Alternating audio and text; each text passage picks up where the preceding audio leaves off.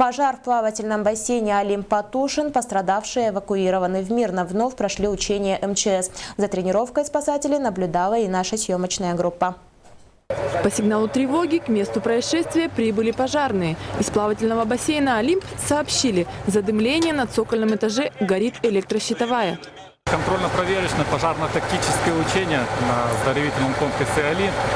Цель учения – проверить слаженность работы пожарных подразделений, проверить правильность принятия решения руководящего состава, руководителей на пожаре, руководителя пожара первого, второго руководителя и так далее, на выбор правильных, принятия правильных решений по тушению пожара и в первую очередь по эвакуации людей. Пожарные немедленно приступили к выполнению задачи, нарастили рукава тройными разветвлениями и вошли в охваченное дымом здание. Во время учений разыгрывается самый худший сценарий.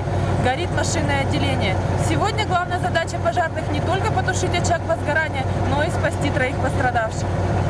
В приоритете у пожарных спасение людей. В первую очередь все силы они направляют на поиск пострадавших, делятся на группы и обследуют объект. Пожарные нашли всех пострадавших, успешно их эвакуировали, убедились, что в здании нет людей, и только после этого приступили к своим прямым обязанностям – ликвидации огня. К учениям огнеборцы подходят со всей серьезностью.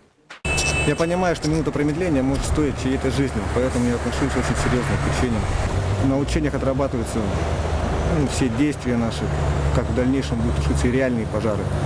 Пожарные МЧС России регулярно проводят учения на социально значимых объектах и местах большого скопления людей. Работа спасателей должна быть четкой и слаженной. Сегодня они уложились за час.